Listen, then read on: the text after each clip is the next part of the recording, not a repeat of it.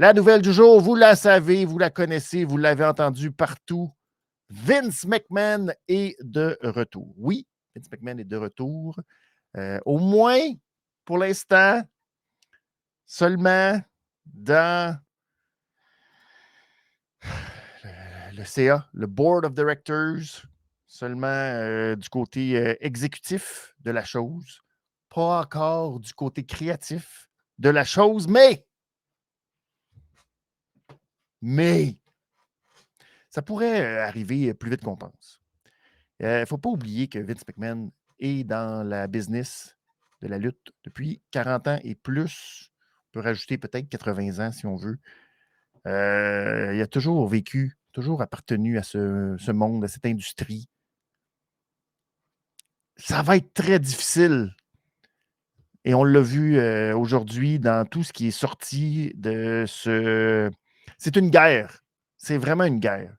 Il y en a qui pensent que c'est un petite affaire, c'est un petit jeu de coulisses, Vince McMahon revient, etc. Non.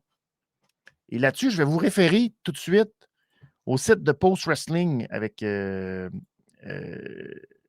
l'article, oui, qu'ils ont écrit. Et je vous réfère aussi à une émission spéciale qu'ils ont eue aujourd'hui sur leur chaîne YouTube, Post Wrestling, si vous êtes familier avec eux, et avec WrestleNomics, Brandon Thurston de WrestleNomics, qui ont expliqué beaucoup, beaucoup de choses par rapport à ce dossier-là. Je me réfère donc à leur site pour vous montrer un peu justement qu'est-ce qu'ils ont sorti de ce qui s'est dit, ce qui s'est écrit dans les dernières semaines, parce que ça remonte. On peut remonter l'histoire. Vous avez sûrement entendu les rumeurs au mois de décembre à un certain moment. C'est intéressant pareil. Parce qu'on le sait que dans la tumulte de ce qui s'est passé cet été, le grand renversement, Vince McMahon qui quitte, l'arrivée de Triple H, c'est devenu la lune de miel. Ça coïncidait quasiment en même temps, tout est arrivé en même temps. All Elite Wrestling, le grand déclin, tout était timé, parfait. Là, tout à coup, toute la bonne presse était du côté de la WWE, toute la mauvaise presse du côté de la All Elite Wrestling. Et là, tout à coup, à un moment donné, arrive au mois de décembre, un peu après Survivor Series. Hop! Vince McMahon veut revenir et là, tout à coup, la lune de miel est terminée, les affaires ne marchent plus. C'est assez intéressant. Le timing est quand même assez spectaculaire. Bref, si vous regardez dans l'article de Post Wrestling, on parle notamment d'un premier courriel qui a été envoyé par Vince McMahon au mois de décembre, le 20 décembre, qui demande à ce que Vince McMahon soit réintégré sur le Board of Executive et qu'il soit le chairman, c'est-à-dire le président du conseil d'administration. Pourquoi? Parce que c'est nécessaire, parce qu'il veut, il y a une proposition très intéressante d'une grande valeur pour les actionnaires de la WWE.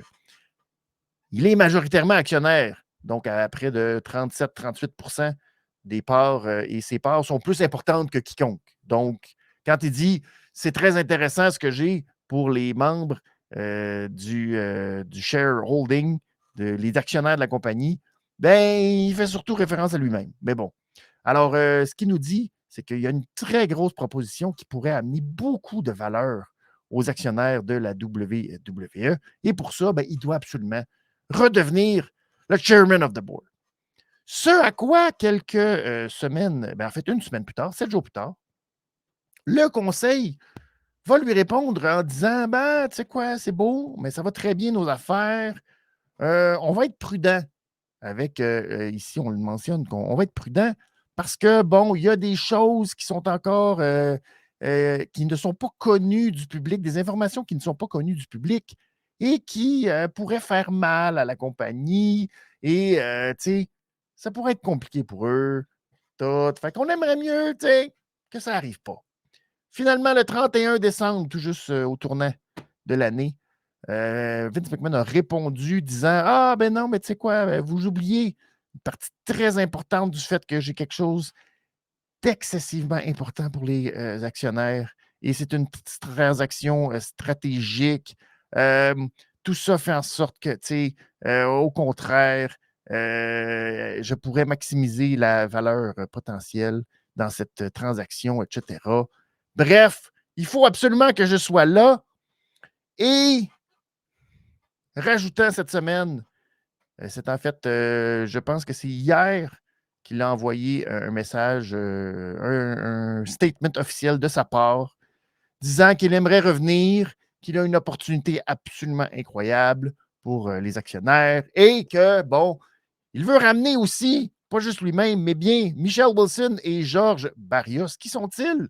Ce sont les anciens VP qui étaient là en 2020, tout juste avant la pandémie, et qui, eux, ont été remerciés, laissant la place à Nick Khan. Eux, selon les dires, étaient plus les créateurs, idéateurs du network. Pour eux, c'était leur bébé.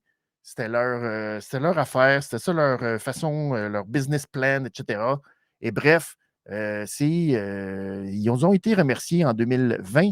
Et ben, par la suite, ben, le network a été vendu à NBC, Comcast, donc pour que ce soit maintenant disponible sur la plateforme Peacock. Donc, tu vois que Vince McMahon revient et il ne revient pas seul parce qu'il revient avec Michelle Wilson, George Barrios, et ce qui a fait que 3 des personnes qui sont sur le board ont dû démissionner. Et ben, un petit détail qui est intéressant, c'est qu'en plus de ça, là, il y a eu le départ, bon, on les voit ici, les noms, Joellen Lyons-Dillon, Jeffrey R. Speed et Alan M. Wexler, qui ont été démis de leurs fonctions pour permettre à Vince McMahon, George Barrios et Michelle Wilson de prendre leur place. Et tiens donc, tout de suite, juste ici, on voit Ignace Lahoud et Manjit Singh ont, eux, donné leur démission. Ce qui fait qu'il n'y a pas juste 3 personnes qui ont quitté le board, il y a 5 personnes qui ont quitté le board. Et qui est Manjit Singh? C'est celui qui s'occupait, qui était le chef de cette enquête interne pour essayer de voir ce que Vince McMahon a fait de correct, pas correct, et toutes les allégations, etc. C'était lui, ça. C'était lui qui était responsable de mener cette enquête. Et aujourd'hui, il a démissionné. Alors, ça va très bien. Alors, vous voyez que, justement, comme on le dit dans l'article, Vince McMahon, malgré le fait qu'il soit à la retraite, a quand même conservé 80% des voting power. Donc, dans la compagnie, c'est lui qui a 80% du vote. Ce qui fait que c'est lui qui décide pas mal de ce qui se passe, de ce qui arrive avec la compagnie. Et ben là, le fait de revenir, qu'est-ce que ça veut dire? Parce que là, l'action en bourse a explosé. On était à peu près 84-85 $. C'est à peu près 15-16 % d'augmentation en une journée suite à cette nouvelle-là. Qu'est-ce que ça veut dire pour la WWE? Beaucoup de choses. D'abord, Vince McMahon veut revenir. Pourquoi il veut revenir? Pour être en poste, pour être en charge. Lui, il le dit sous prétexte de la vente de la WWE, sous prétexte que sans lui, la vente, que lui, l'offre qu'il a, l'opportunité qu'il a, ça ne peut pas arriver si lui n'est pas en place. Ça fait beaucoup. C'est beaucoup. Quand tu regardes le portrait en tant que tel, tu vois que la compagnie ne veut pas que Vince McMahon soit de retour et Vince McMahon veut absolument forcer la compagnie à être de retour. Ce qui augure rien de bon, très honnêtement. Est-ce que la compagnie sera vendue? On va voir.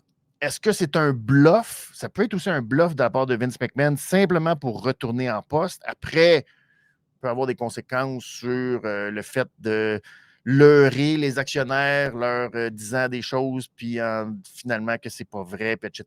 Il peut avoir des poursuites, etc. Je ne pense pas que Vince McMahon, ça lui fait très, très peur, les poursuites. Mais on verra s'il y a quelque chose de concret. À l'aube, parce que là, 2023, c'est en 2023 qu'on va faire les appels d'offres pour la prochaine signature de contrats de télévision qui vont être naturellement très importants. On est à une période où justement les postes de télévision cherchent du contenu, mais pas juste les postes de télévision, toutes les plateformes numériques en ligne qu'on connaît, que ce soit les Netflix, les Disney, les Amazon. Et la compagnie qui sont les plus probables d'y aller d'une transaction avec la WWE, c'est fort probablement Comcast, donc NBC, Universal, qui, eux, ont grandement intérêt. D'abord, le USA Network, c'est presque un incontournable Raw pour même la survie de cette chaîne de télévision-là. Est-ce que NBC va faire l'évaluation de se dire, ben, tant qu'à avoir des sommes faramineuses à débourser année après année, pourquoi ne pas y aller directement d'un achat puis d'avoir cette propriété-là sous notre giron et qu'on n'ait pas à débourser en plus, qu'on puisse utiliser la marque de commerce dans plein d'autres secteurs, dont Universal. On parlait de la même chose un peu pour Disney, mais pour Universal, c'est peut-être plus concret de par les autres éléments et les autres secteurs que ça touche. Bref, est-ce que c'est ça? Est-ce que Vince McMahon va être impliqué dans la transaction? Ça fait longtemps que Vince McMahon a des liens quand même assez étroits avec les gens de NBC Universal. Est-ce que c'est juste ça? Est-ce qu'il y avait d'autres investisseurs ailleurs? Là, il y a même les rumeurs qui sont parties de l'Arabie Saoudite qui serait aussi intéressée à mettre ses billes dans la WWE. Est-ce que c'est ça? Est-ce que Vince McMahon serait assez fou pour aller vendre tout ça? Tout ça en parallèle de l'autre grosse compagnie aussi qui est impliquée dans le sport de combat, c'est-à-dire Endeavor, propriétaire du UFC, qui eux aussi nagent présentement un peu dans le psychodrame avec Dana White, Dana White était là à quelques jours, si vous avez vu les publicités passer sur le réseau de TBS, où tout de suite après Dynamite, je pense, durant la saison d'hiver, on allait présenter Dana White Power Slap. Oui, Power Slap, l'émission où les gens se slapent d'en face. C'est une très bonne émission. Et là, ben, durant les fêtes, Dana White a été surpris en état d'ébriété en train de Power Slap sa douce moitié. Alors, c'est une très, très, très bonne chose à faire. Prenez des notes à la maison si jamais vous voulez partir une émission de Power Slap, de faire un Power Slap à sa douce. Très fort.